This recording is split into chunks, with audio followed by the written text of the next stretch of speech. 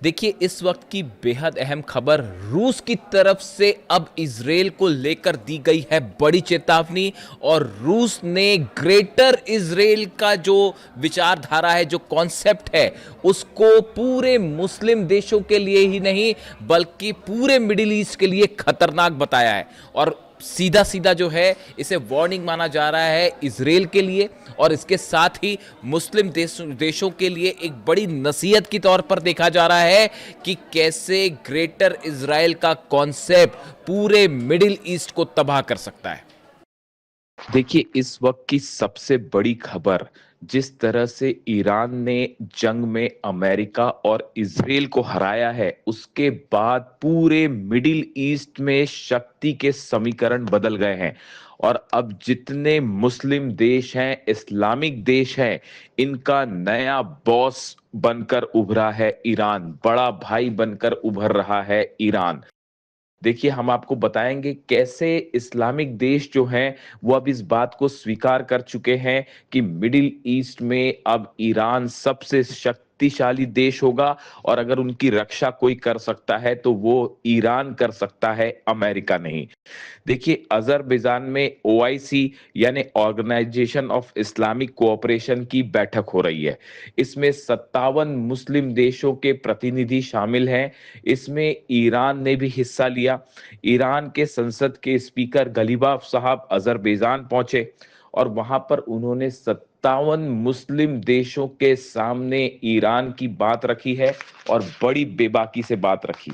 जो बातें उन्होंने कही और उसे सुनने के बाद, उसे देखने के बाद ये बात साफ हो चुकी है कि मिडिल ईस्ट में अब वही फैसले होंगे जो ईरान को मंजूर होंगे। देखिए, गलीबाफ साहब ने ओआईसी की बैठक में सबसे बड़ी बात ये कही कि लेबनान में सीज फायर होना सबसे जरूरी है। अगर लेबनान में हमले इजराइल के जारी रहेंगे तो किसी तरह की कोई डील अमेरिका के साथ नहीं की जाएगी। साफ साफ ईरान ने इस बात को दोहरा दिया, लेबनान में सीज फायर किसी भी डील की सबसे बड़ी शर्त होगी। इसके अलावा देखिए, उन्होंने जो दूसरी अहम बात कही, इस्लामिक जो देश हैं या जो अरब देश हैं, इनकी सुरक्षा करने का काम ईरान करेगा। ईरान कर सकता है, आपको सुरक्षा दे सकता है। सुरक्षा के लिए किसी तरह से बाहरी देश से सुरक्षा उधार लेने की जरूरत नहीं है। देखिए, ये बेहद अहम बयान है ईरान का।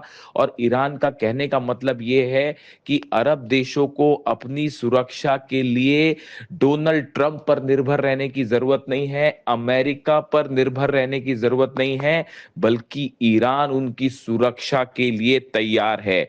यानी अरब देश किसी तरह की सुरक्षा या डिफेंस सिस्टम अमेरिका से उधार ना लें। अगर वो सुरक्षा चाहते हैं तो ईरान उन्हें सुरक्षा देने के लिए तैयार है, और खास तौर पर हॉर्मूज के आसपास वाले देशों की सुरक्षा की जिम्मेदारी ईरान की होगी। उन्होंने कहा कि लोकल सिक्योरिटी, इस्लामिक देशों को यह बात समझनी होगी कि आपसी सहमति से लोकल सिक्योरिटी जरूरी है, ना कि अमेरिका के द्वारा दी गई सिक्योरिटी। जिस तरह से ईरान ने अपनी मिसाइल से अरब देशों में अमेरिकन बेसिस को निशाना बनाया, उसके बाद चाहे सऊदी हो, चाहे यूएई हो, चाहे कुवैत हो, चाहे कतर हो, ये देश अच्छी तरह से समझ चुके हैं कि उनकी रक्षा कोई कर सकता है तो वो ईरान कर सकता है, डोनाल्ड ट्रंप सुरक्षा नहीं दे सकता।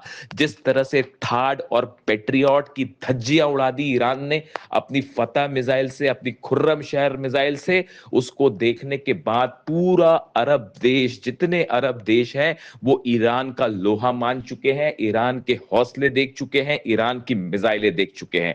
यानी वो इस बात को स्वीकार कर चुके हैं कि मिडिल ईस्ट का अब असली बादशाह ईरान है।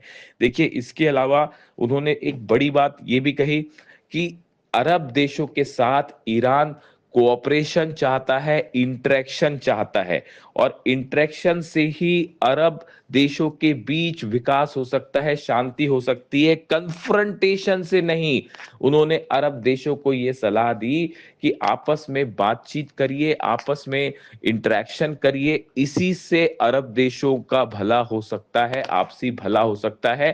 आपस में जंग करने से, आपस में एक दूसरे के खिलाफ साजिशें करने से अरब और मुस्लिम देशों का विकास नहीं हो सकता, उनकी सुरक्षा नहीं हो सकती। ये देखिए, ये दूसरी बात उन्होंने इस बैठक में कही। इसके अलावा उन्होंने ये भी कहा कि मुस्लिम देशों के साथ हर तरह के कोऑपरेशन के लिए भविष्य में ईरान तैयार है। देखिए, ये बात ईरान के सुप्रीम लीडर अली खामेनी साहब हमेशा से कहते रहे हैं कि अरब देशों को, ईरान को एकजुट होना चाहिए, और एकजुट होके असली दुश्मन का मुकाबला कीजिए, अमेरिका का मुकाबला कीजिए, डोनाल्ड ट्रंप का मुकाबला कीजिए, क्योंकि असली दुश्मन अमेरिका है। ये बात अली खामेनी साहब 1980 के दशक से कहते आए, और आखिरी वक्त तक उन्होंने ये बात कही कि अरब और ईरान सब देशों को एकजुट होना चाहिए और असली दुश्मन को पहचान कर उससे लड़ाई करनी चाहिए। अमेरिका हमेशा अरब और ईरान के बीच फूट डालकर राज करना चाहता है। ये बात अली खामेनी साहब ने हमेशा से कही, और आज देखिए इस बात को अरब देश भी महसूस कर रहे हैं। यानी ओआईसी देशों की जो बैठक चल रही है, ऑर्गेनाइजेशन ऑफ इस्लामिक कोऑपरेशन, इसमें जितने मुस्लिम देश हैं, अरब देश हैं, सभी ने ये बात स्वीकार कर ली है अब कि ईरान जो है वो मिडिल ईस्ट का एक ऐसा शक्तिशाली देश बन चुका है जिसके खिलाफ जाने की हिम्मत कोई नहीं कर सकता। देखिए, ये पहला साइन है इस बात का कि अब मिडिल ईस्ट का, मुस्लिम देशों का असली बॉस अगर कोई है तो वो ईरान है, ना कि डोनाल्ड ट्रंप। देखिए, ये एक ऐसा डेवलपमेंट हुआ है जिसने सारे समीकरण बदल के रख दिए हैं। देखिए, तीन अहम खबरें इसके अलावा और है। सऊदी की तरफ से ईरान को एक बड़ा वादा किया गया है कि अगर अमेरिका की तरफ से जो फंड रिलीज करने की बात कही गई है ईरान के लिए, अगर उसमें किसी भी तरह की कोई बाधा आती है, कोई मुश्किल आती है, तो सऊदी पूरी मदद करेगा उस फंड को रिलीज करने में। देखिए, इसको लेकर मैं अलग से बात करूंगा, ये भी बहुत बड़ा डेवलपमेंट है। इसके अलावा सीरिया के जो नेता हैं अल शरा, उनकी तरफ से ये बात कही गई है कि वो सीरिया सीरिया जो है वो लेबनान में किसी तरह का कोई ऑपरेशन नहीं करेगा, और वो हिजबुल्लाह के खिलाफ किसी तरह की कोई कार्रवाई में शामिल नहीं होगा। देखिए, डोनाल्ड ट्रंप के इस तरह से बयान आए थे। डोनाल्ड ट्रंप ये चाहते थे कि सीरिया जो है वो लेबनान में हस्तक्षेप करे और हिजबुल्लाह के खिलाफ कार्रवाई करे, लेकिन ऐसा करने से सीरिया ने भी मना कर दिया है। यानी ये माना जा रहा है कि एक बार फिर सीरिया ने ये बात साफ कर दी है कि वो हिजबुल्लाह के खिलाफ कार्रवाई करके किसी तरह की दुश्मनी ईरान से मोल नहीं लेगा, नहीं लेना चाहता। देखिए, डोनाल्ड ट्रंप की जो पॉलिसी थी, जिस तरह से वो एक षड्यंत्र करना चाहते थे सीरिया और लेबनान को आपस में भिड़ाकर, वो पूरा नहीं हो पाया, और यहां भी ईरान की बड़ी जीत हुई है।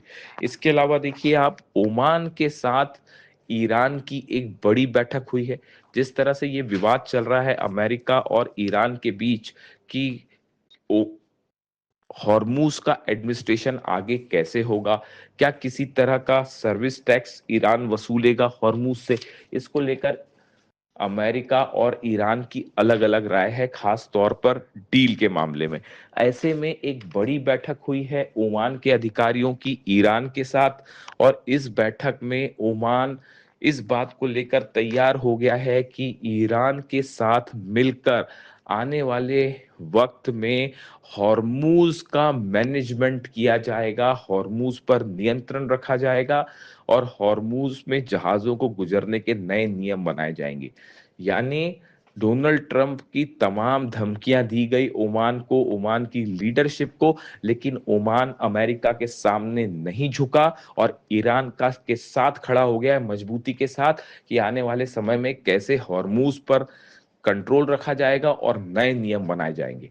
यानी आप देखिए जितने अरब देश हैं वो धीरे धीरे अमेरिका का साथ छोड़ते जा रहे हैं, चाहे सऊदी हो चाहे यूएई हो, हर देश ये समझ रहा है कि अब नया सूरज मिडिल ईस्ट का ईरान है और उगते सूरज को हर कोई सलाम करता है। यही दुनिया की रीत है जो हजारों सालों से चली आई है।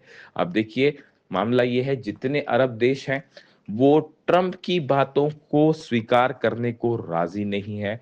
चाहे वो अब्राहम अकॉर्ड हो, चाहे वो हॉर्मूज का मामला हो, चाहे वो जंग का मामला हो, चाहे वो अमेरिका के प्लेन्स को अपना एयर स्पेस देने का मामला हो, इन सब मामलों में ईरान भारी पड़ता दिखाई दे रहा है। और ये बात साबित कर रही है कि मिडिल ईस्ट का असली किंग अब कोई है तो वो सिर्फ और सिर्फ ईरान है। और मुस्लिम देश इस बात को अब स्वीकार करते दिखाई दे रहे हैं कि मिडिल ईस्ट का नया बॉस, उनका बड़ा भाई अब सिर्फ ईरान है।